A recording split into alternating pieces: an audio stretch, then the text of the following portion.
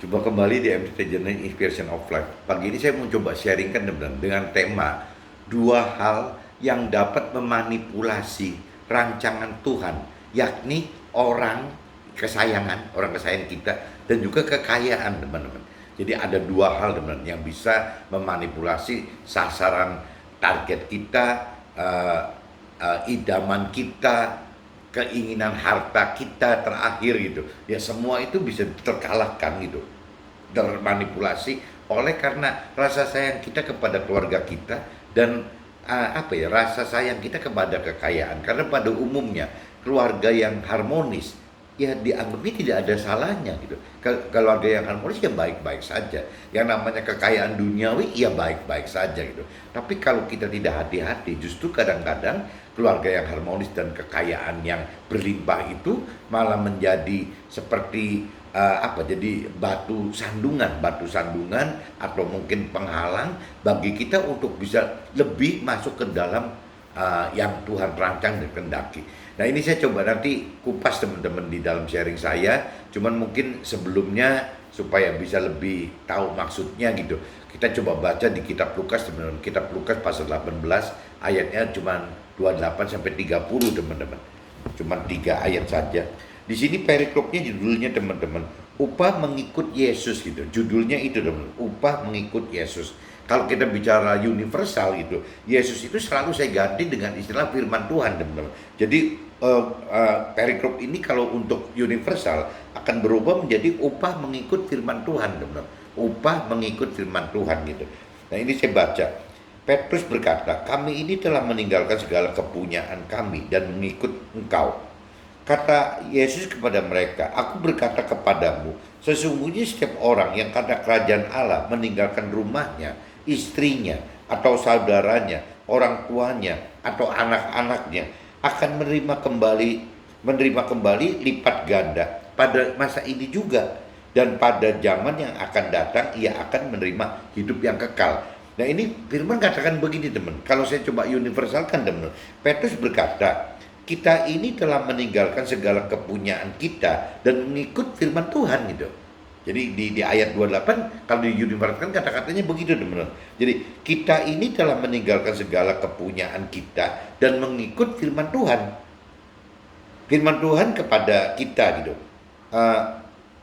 Firman Tuhan berkata kepada kita, sesungguhnya setiap orang yang karena kerajaan Allah meninggalkan rumahnya, istrinya, atau saudaranya, orang tuanya, atau anak-anaknya. Nah, ini coba dicamkan lagi, teman-teman. Ya, firman Tuhan berkata kepada kita, sesungguhnya setiap orang yang karena kerajaan Allah meninggalkan rumahnya, istrinya, atau saudaranya, orang tuanya, atau anak-anaknya, akan menerima kembali lipat ganda pada masa ini juga, dan pada zaman yang akan datang ia akan menerima hidup yang kekal.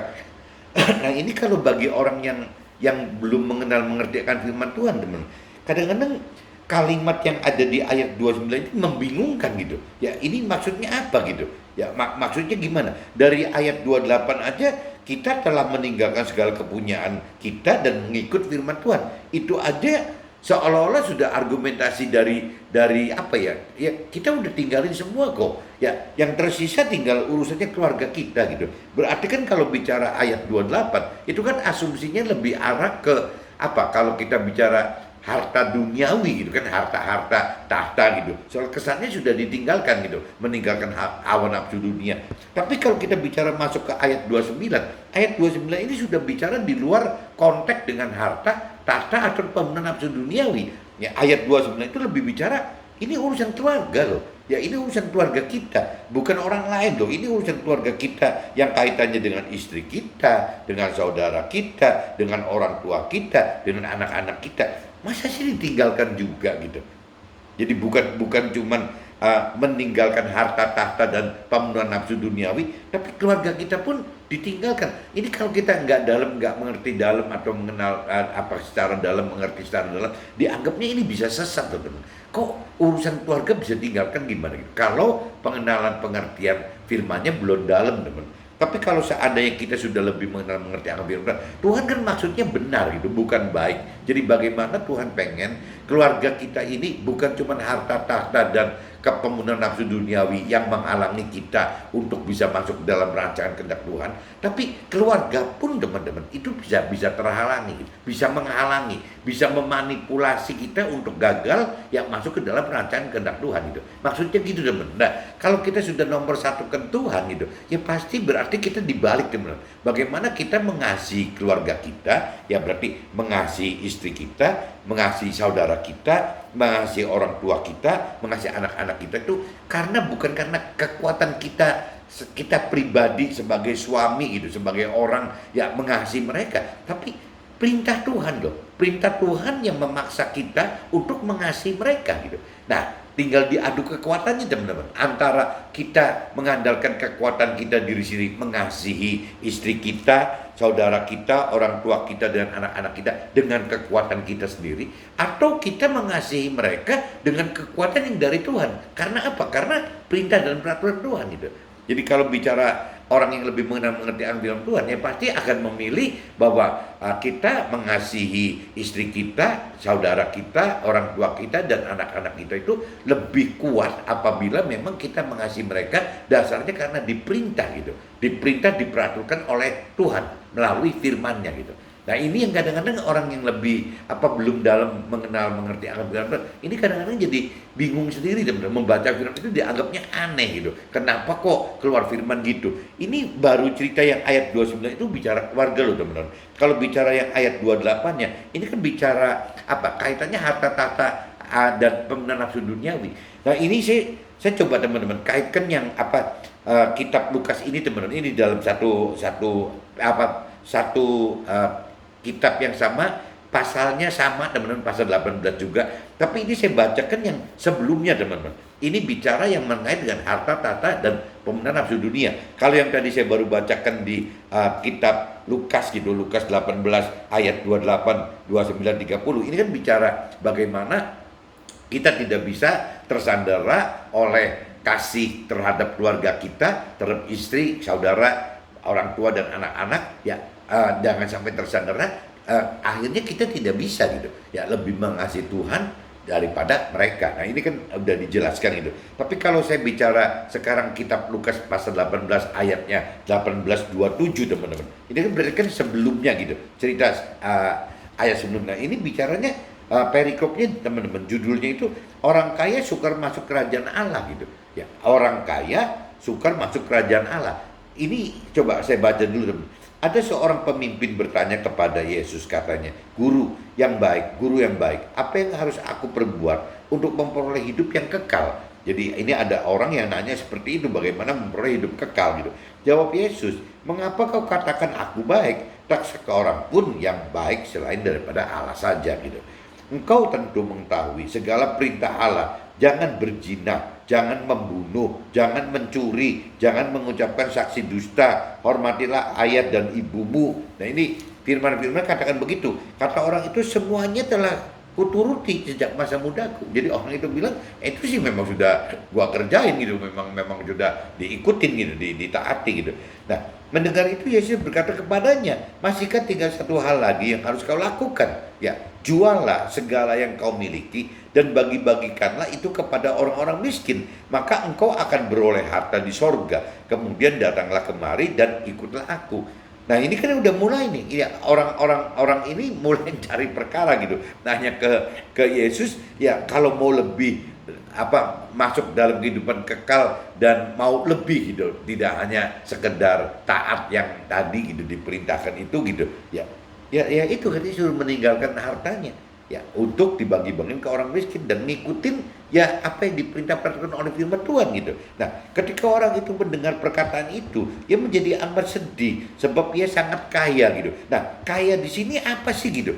Kaya ini apa? Kalau bicara kaya dari sisi duniawi, kaya itu adalah ya nggak jauh dari harta gitu, dari tahta dan dari kemampuan untuk memenuhi semua nafsu duniawinya gitu, untuk mengadakan barang-barang yang sesuai nafsu duniawi itu bisa diadakan. Itu kan berarti kan harta tahta dan pemenuhan nafsu duniawi. Itu yang disebut ya kaya gitu. Kaya secara duniawi ya seperti itu teman-teman gitu. Nah, jadi karena dia sangat kaya, dia akan sangat kehilangan hartanya, akan sangat kehilangan tahtanya dan akan sangat kehilangan pemuasan nafsu duniawinya gitu. Ya pasti mikir ya. Nah kalau disimpulkan kan berarti semakin kaya gitu teman. Kalau dengan pola-pola seperti orang duniawi, berarti kan simpulnya makin susah ya untuk bisa mengikuti masuk ke dalam rancangan kehendak Tuhan. Nah ini balik lagi, selain keluarga yang kita kasihi, ya berarti kekayaan ini juga bisa memanipulasi juga teman-teman. Memanipulasi untuk kita bisa maju terus masuk ke dalam rancangan kehendak Tuhan gitu. Jadi di dunia ini kalau saya lihat itu ada dua teman-teman. Ya kaitannya berarti yang pertama harta, tahta, dan pemenangan duniawi, kaitannya dengan soal kekayaan duniawi, kesuksesan duniawi gitu. Yang keduanya teman, kadang orang-orang terjebak juga gitu, terjebak karena terlalu merindukan satu harmonisasi dalam keluarganya. Ya keharmonisan mengasihi keluarga itu lebih dari mengasihi Tuhan. Nah ini yang Tuhan nggak mau gitu. Jadi kalau kita udah dewasa rohani, bukan berarti Tuhan menolak kita tidak boleh kaya gitu. Ya boleh-boleh aja teman kan, kalau memang ya memang kita sudah mengerti apa fungsi kekayaan itu gitu. Ya, begitupun soal mengasihi keluarga gitu. Ya jelas Tuhan ingin sekali kita mengasihi keluarga gitu. Tapi kembali lagi harus mengerti dulu bentuk kasih yang lebih hebat, yang lebih benar itu bagaimana gitu. Kasih yang harus mengandalkan kekuatan diri sendiri atau kasih yang memang harus mengandalkan kekuatan Tuhan gitu.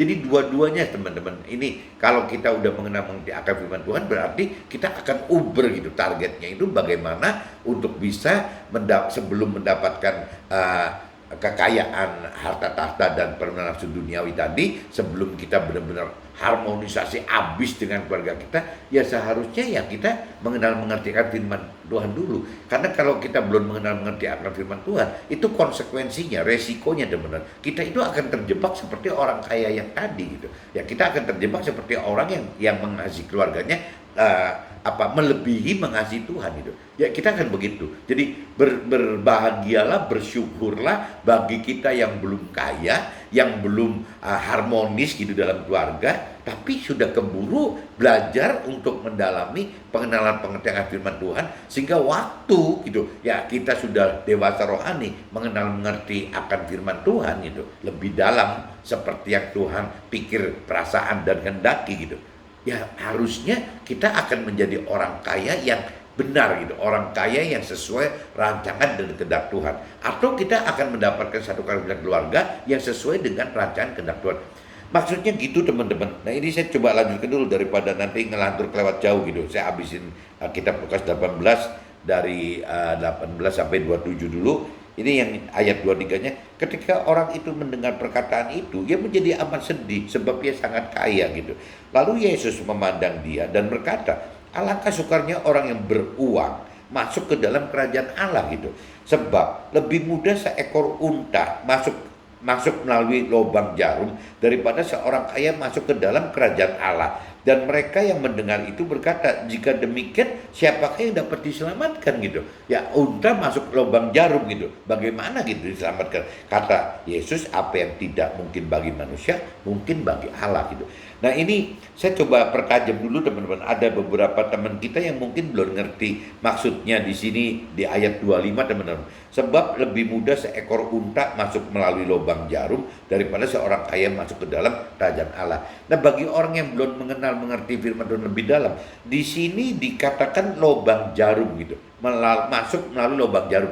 Lubang jarum apa gitu? Ya apakah ini perumpamaan dari firman Tuhan bahwa lubang jarum itu yang sekecil itu, untanya segede itu, ya cuman perumpamaan. Tapi ternyata bukan gitu teman-teman. Ternyata di sana itu seolah-olah ada pintu gerbang gitu yang namanya lubang jarum gitu. Jadi pintu gerbang lubang jarum. Pintu gerbang lubang jarum itu zaman dulu kan seperti benteng begitu. Jadi setiap kota itu kan ada bentengnya gitu. Nah benteng ini kan ada pintu-pintu, mungkin pintu utara, gate selatan, gate timur, gate barat, seperti itulah gitu. Nah ini salah satu itu ada yang disebut gerbang lubang jarum namanya teman. Bukan jarum beneran, lubang jarum namanya gitu. Kenapa disebut lubang jarum? Karena pintu gerbang yang lubang jarum ini itu adalah lebih kecil teman. Jadi pendek gitu, sempit. Nah, sedangkan onta kan tinggi sekali gitu. Onta itu tinggi dan membawa barang makin tinggi lagi gitu. Nah, sekarang bagaimana caranya supaya si onta itu bisa masuk ke gerbang lubang jarum ini gitu.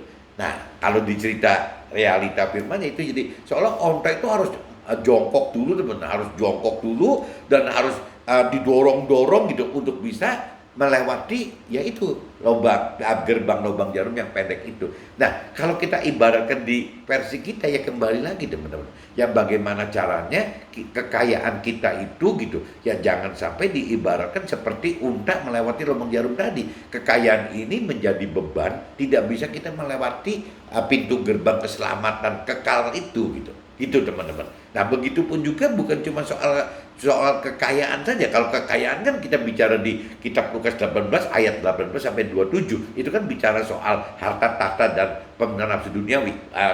Artinya kekayaan lah ada di situ gitu. Ya soal tentang kekayaan sukses duniawi gitu. Nah, tapi bukan cuma urusan harta saja. Ya firman Tuhan katakan di ayat berikutnya di kitab Lukas 18 28 30 dilanjutkan gitu. Ya dengan perikrop yang berbeda. Nah, ini kita Tuhan bicara yaitu ya untuk mengikut firman Tuhan itu ternyata bukan cuma soal harta tahta dan pemenuhan nafsu duniawi, bukan cuma kekayaan saja gitu yang bisa menghalangi, tapi ternyata keharmonisan keluarga yang seperti orang dunia dambakan itu ternyata malah menghalangi juga teman-teman. Jadi apa ya, dua-duanya kesannya kalau bagi orang dunia kan apa salahnya gitu ya, kita mesti harmonis keluarganya kan harus gitu ya, kita menjadi orang kaya ya harus gitu, karena parameternya ya tidak mengenal, tidak mengerti firman Tuhan. Jadi kembali lagi harusnya yang tadi saya katakan, bergembiralah dan bersyukurlah orang yang belum mengalami kaya, belum mengalami harmonis keluarganya, tapi sudah keburu belajar mengenal mengerti akan firman Tuhan gitu, sehingga lebih lebih apabila sudah lebih mengenal mengerti akan firman Tuhan, akhirnya ngerti loh apa sih arti kekayaan gitu ya, apa sih arti keharmonisan keluarga. Jangan dibalik teman, orang dunia teman-teman yang pada umumnya ya begitu gitu ya, banyak orang dunia konglomerat itu yang memang hidup itu ya dengan sasaran yang target utamanya gitu ya, idamannya gitu, harta yang dikumpulkannya itu di dunianya gitu ya. Balik lagi soal harta teman ya, bagaimana soal harta tahta dan pemenuhan nafsu duniawi, jadi soal kekayaan gitu. Nah, begitupun juga si konglomerat ini juga akan membuat bagaimana keluarganya harmonis ya, bagaimana kelihatan akan harmonis gitu ya, meskipun saya tidak ngerti di belakang harmonis itu apakah di belakang keluarganya masih banyak ribet urusan yang ya urusan affair yang lain, saya nggak ngerti gitu. Cuman yang jelas orang dunia itu seperti itu teman-teman. Dan yang konyol lagi gitu, keluarga daripada si konglomerat ini kadang-kadang juga mengekskuskan diri ya. Kalaupun misalnya si suaminya agak selebor dikit gitu, agak affair dikit, dianggapnya wajar aja gitu, karena suaminya sudah bisa menafkahi secara duniawi gitu ya, mencukupi benar-benar bahkan berkelimpahan teman-teman.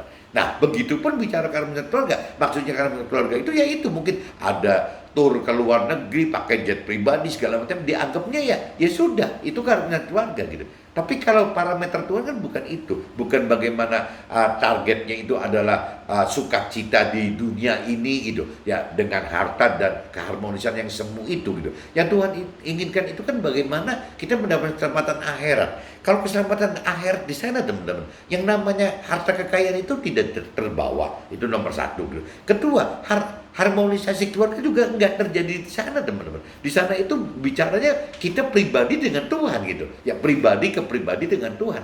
Jadi kekayaan dan keharmonisan keluarga ini sifatnya di dunia ini teman-teman. Bagaimana kita akan alami itu di dunia ini, tapi begitu kita pindah ke alam akhirat yang kekal gitu, itu yang namanya kekayaan duniawi tidak terbawa, dan yang namanya satu keluarga gitu dalam keharmonisan keluarga itu tidak terbawa gitu, karena di sana udah pasti harta tidak berlaku, tidak terbawa. Dan bicara pribadi gitu ya, kembali ke masing-masing pribadi. Suami berarti di sana di alam akhirat ya ketemunya dengan Tuhan gitu, pribadi suami dengan pribadi Tuhan, si istri juga sama ya, ketemu pribadi istri dengan pribadi Tuhan, saudara-saudara juga sama, masing-masing saudara pribadi ketemu dengan pribadi Tuhan, orang tua juga sama teman. Orang tua berarti pribadi akan ketemu dengan Tuhan pribadi, begitupun anak-anak teman, pribadi akan ketemu dengan pribadi Tuhan. Jadi tidak ada apa-apa teman. Nah ini yang mesti dihati-hati, maksudnya kalau kita sudah mengenal mengerti akan firman Tuhan, mungkin gitu ya, waktu kita sudah mengenal mengerti itu, kekayaan ini jadi maknanya berbeda teman. Maka kekayaan ini akan kita gunakan untuk kepentingan perintah peraturan Tuhan berikutnya gitu. Apa? Yang memberitakan kebenaran, mengajarkan kebenaran kepada sesama kita. Nggak ada yang lain teman. Tuhan cuma pengen seperti itu. Apabila kita kaya, bukan untuk bagaimana jadi target kita, jadi apa idaman kita, bukan jadi harta kita di dunia, bukan teman. Jadi Tuhan nggak ingin. Nah keluarga pun sama teman. Bagaimana caranya anak-anak kita itu adalah titipan kita gitu ya. Bagaimana caranya suami dan istri mendidik anak-anak itu sebagai titipan Tuhan gitu ya, untuk bisa ya mengenal firman Tuhan, mengenal pribadi Tuhan itu. Kuncinya cuma itu teman. Jadi bagaimana yang dicari mengasihi keluarga itu sebenarnya kuncinya itu gitu. Ya semua berbalik akan kembali ya hanya untuk Tuhan semata. Nah ini pengenalan pengertian ini kadang-kadang untuk orang-orang yang merasa sudah dewasa rohani pun bisa salah kaprah teman. Apabila tidak benar-benar mendalami mengenal mengerti akan firman Tuhan gitu. Jadi sasarannya ya kecampur-campur gitu ya. Ada cerita bagaimana maksimal untuk melakukan firman Tuhan gitu, tapi juga masih kepengen dengan pola pikir ya kan nggak ada ruginya ya, harmonis keluarganya, nggak ada ruginya kalau kayak hebat gitu. Jadi kalau seorang rohani masih dengan pola pikir bahwa orang duniawi yang kaya itu hebat, orang duniawi yang kelihatannya keluarganya harmonis itu hebat, ya berarti pasti orang rohani itu belum mengalami total kebebasan rohani gitu. Pasti masih kebawa dengan pola-pola duniawi ya, cuman mungkin maunya pikiran, perasaan, kehendak, jiwanya masih kepengen seperti yang Tuhan pindah beraturkan, tapi dalam realitanya jiwanya itu masih tersandera oleh ya tadi gitu, hal-hal duniawi tadi. Kalau sampai dia sudah dewasa rohani, jiwa ini sudah tidak bisa tersandera oleh hal-hal duniawi teman ya. Jiwa ini justru akan ketarik ke urusan rohani gitu. Nah kalau urusan rohani yang tadi saya katakan, kekayaan itu sudah tidak berarti teman, karena akan ditinggalkan dan juga hanya untuk kepentingan Tuhan. Berarti untuk kepentingan Tuhan, bukan berarti untuk diri pribadi loh, dan akan ditinggalkan gitu. Begitupun keharmonisan keluarga. Keharmonisan keluarga adalah bagaimana caranya kita mendidik anak-anak kita untuk bisa masuk ke dalam perintah peraturan firman Tuhan tadi gitu. Itu tugas kita yang utamanya itu. Nah adapun nanti kalau bicara alam akhirat, kita juga nggak bawa keluarga kita gitu. Jadi ya kembali lagi yang kita mesti koreksi diri ya, memang dalam hal kebebasan rohani ini nggak ada ujungnya teman-teman. Cuman bagi kita yang sudah di atas 55 rasanya mesti lebih buru-buru gitu, mempelajari lebih mengenal firman. Karena parameternya firman katakan umur 70-80 meninggal gitu. Nah kalau 70-80 meninggal, kalau kita percaya firman Tuhan, berarti parameter yang sudah di atas 55 yang sudah pensiun itu tinggal sisa waktu nggak banyak teman-teman. Yang bisa sisa tinggal 15 sampai 25 tahun. 15-25 tahun itu singkat sekali, bahaya sekali kalau kita nggak buru-buru. Nah, ini saya sudah bacakan teman-teman, udah bacakan semua teman-teman. Nah, sekarang coba saya masuk ya, saya udah bacakan kitab Lukas pasal 18 ayat 28 sampai 30. Saya juga udah bacakan kitab Lukas pasal 18 ayatnya 18 sampai 27 juga sudah. Nah, ini saya coba mulai masuk teman-teman ke sharing pribadi saya gitu. Kedewasaan rohani oleh karena kedalaman pengenalan dan pengertian akan firman serta meningkatnya iman percaya kita kepada Tuhan akan mengubah jiwa lama kita dengan yang baru gitu, dan akan terkait dengan tubuh dan jiwa. Jadi tubuh dan juga roh gitu, roh kita, roh yang akan kuasai jiwa dan tubuh kita. Jadi kalau waktu awal-awal teman-teman wajar aja teman-teman. Jadi kalau firman Tuhan katakan bahwa manusia itu terdiri dari tiga unsur, ada tubuh, jiwa, dan roh.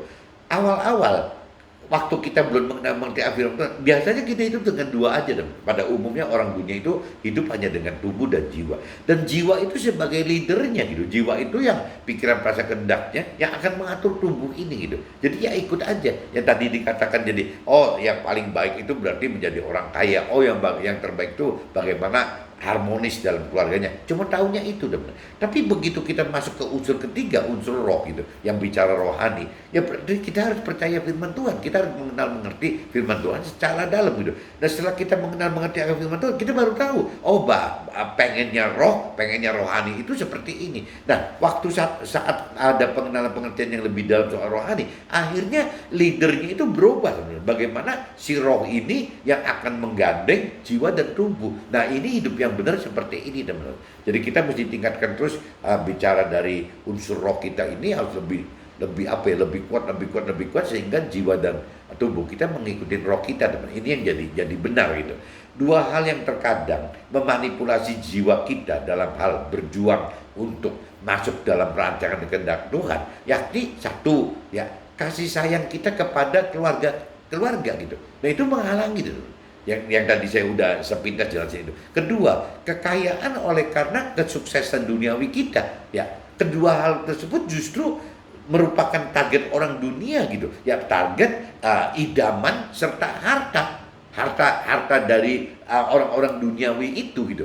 Jadi kalau kita selama masih terjebak dalam target ini, ya bahwa target hidup atau idaman yang bagus itu atau harta gitu yang kita ingin kumpulkan itu adalah tidak lari dari bagaimana keluarga yang harmonis dan bagaimana mendapatkan kekayaan yang berlimpah, ya ini ya akan nyasar, teman-teman. Ya, dua hal ini justru akan menjadi merusak, memanipulasi tujuan awal kita pengen masuk ke dalam kerajaan kehendak Tuhan. Yang kita pengen masuk ke dalam kerajaan Allah. Ini malah jadi meleset, teman-teman. Nah, ini saya sudah bacakan ini, teman-teman. Jadi sekali lagi, teman-teman, target dan idaman serta harta bagi orang duniawi adalah tadi gitu. Bagaimana ya bisa keluarganya harmonis meskipun itu mungkin palsu gitu, dan juga ya sukses duniawi meskipun cara perolehan hartanya dengan cara segala macam cara mungkin dihalalkan. Nah, ini kan yang kurang baiknya gitu.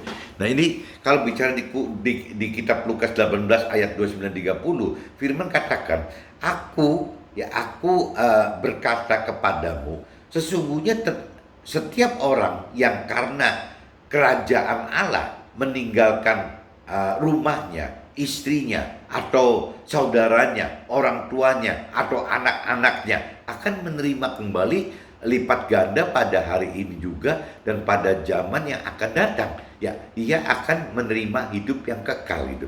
Nah, ini kalau firman Tuhan katakan seperti itu, teman-teman. Cuman ya konsekuensinya tadi saya udah jelaskan gitu. Ya nggak mudah gitu, nggak mudah. Kalau kita nggak mengerti lebih dalam akan firman Tuhan, dianggapnya aneh, teman. Ini instruksi apa sih gitu? Kok malah seperti menyesatkan banget gitu? Kok nggak boleh mengasihi mereka gitu? Ya seolah-olah seperti itu, disuruh meninggalkan rumahnya, istrinya atau saudaranya, kan jadi kacau gitu. Tapi kalau kita mengerti lebih dalam, lebih mengenal lebih dalam, lebih mengerti lebih dalam, ya kita ngerti gitu bahwa Tuhan pengen kita mengasihi keluarga kita itu ya dengan cara kita ya karena dasarnya karena kita taat dan takut akan perintah Tuhan. Karena perintah Tuhan ini memang bunyinya begitu, teman. Bagaimana kita harus mengasihi istri kita, bagaimana kita harus menyayangi anak-anak kita, bagaimana kita harus menghormati orang tua kita. Memang perintah Tuhan yang lain bunyinya begitu gitu. Cuman dalam hal penegasan yang di dalam kitab Lukas 18, 29-30 ya firman cuman menegaskan, firman Tuhan menegaskan bahwa ya kita tidak bisa gitu. Ya nomor satu kan kalau misalnya keluarga di atas Tuhan. Yang benar itu adalah bagaimana kita nomor satu hubungan dengan Tuhan dulu. Setelah harmonis dengan Tuhan baru gitu. Ya Tuhan lewat kita instruksikan, perintahkan, peraturkan bahwa kita harus mengasihi mereka. Gitu, teman-teman. Nah, Lukas di 18, 23, 27 juga sama, teman-teman. Kitab Lukas 18 ayat 23, 27. Ini juga sama. Firman katakan, alangkah sukarnya orang yang beruang untuk masuk gitu, masuk kerajaan Allah, sebab lebih mudah seekor unta untuk melalui lubang jarum gitu daripada seorang kaya masuk ke dalam kerajaan Allah. Ya, jika demikian, ini orang nanya nih, jika demikian, siapakah yang dapat diselamatkan gitu? Kalau memang itu susah, nah apa yang tidak mungkin bagi manusia, ya firman Tuhan katakan yang sangat mungkin bagi Allah gitu. Nah, ini yang di kitab Lukas 18, 29, 30 soal mengasihi keharmonisan keluarga, dan juga Kitab Lukas 19, 25, 27 soal kekayaan. Tadi sebelumnya saya udah sharing sudah jelaskan gitu di sebelum sharing saya gitu. Nah, jadi intinya seperti itu teman-teman. Jadi ya jangan sampai kita termanipulasi oleh ya itu apa sih, masa sih nggak boleh ya kaya, masa sih nggak boleh keluarga harmonis. Ya maksudnya bukan begitu, boleh-boleh banget, Tuhan malah seneng kali kita mesti harmonis dan juga harus kaya gitu, tapi ya dengan caranya Tuhan gitu ya, supaya kita masuk ke dalam rancangan kehendak Tuhan. Dua hal tentang kasih sayang keluarga, dua hal tentang kasih sayang keluarga atau kekayaan kesusahan duniawi ya, ini akan dapat mengecoh gitu, mengecoh orang-orang rohani, bahkan yang merasa sudah dewasa rohani, karena dua hal ini adalah hal-hal yang dianggap baik-baik saja, apalagi oleh orang duniawi gitu. Orang duniawi itu tidak pernah mikirkan Tuhan bagaimana loh. Orang duniawi itu ya rata-rata kalau sudah bisa mencapai itu sudah dapat penghargaan dari dunia, nggak kira-kira. Ya ada cerita di majalah Forbes gitu bahwa orang kaya 50 orang kaya di Indonesia, 50 orang kaya di dunia. Nah itu saja sudah dibanggakan kok. Ya bicaranya ya soal kekayaan nomor satu gitu. Itu dunia seperti itu. Nah tinggal di belakang itu nanti ada plusnya lagi teman. Ada orang yang konglomerat plus keluarganya harmonis, itu lebih didambakan lagi teman-teman.